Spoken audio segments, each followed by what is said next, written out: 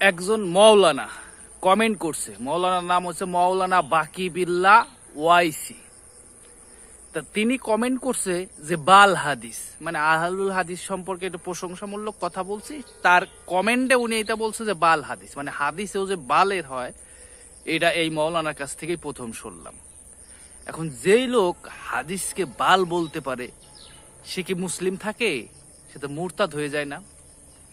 এই হলো এদের মধ্যে হাদিস সম্পর্কে বিদ্বেষ। ধর্ম যদি সঠিকভাবে পালন করতে চান এবং কোরআন এবং হাদিসের কাছে যান, তাহলে এরা আপনাদেরকে এরকম বলবে।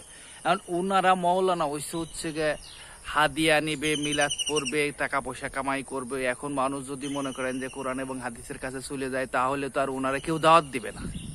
কারণ ওনারা দাওয়াত না দিলে তো ওনার ব্যবসা বন্ধ। যার কারণে উনি এখন বাল হাদিস বানায় ফেলাইছে। আর কয়দিন পরে কোরআন রেও মনে হয় এই কথাই বলবে।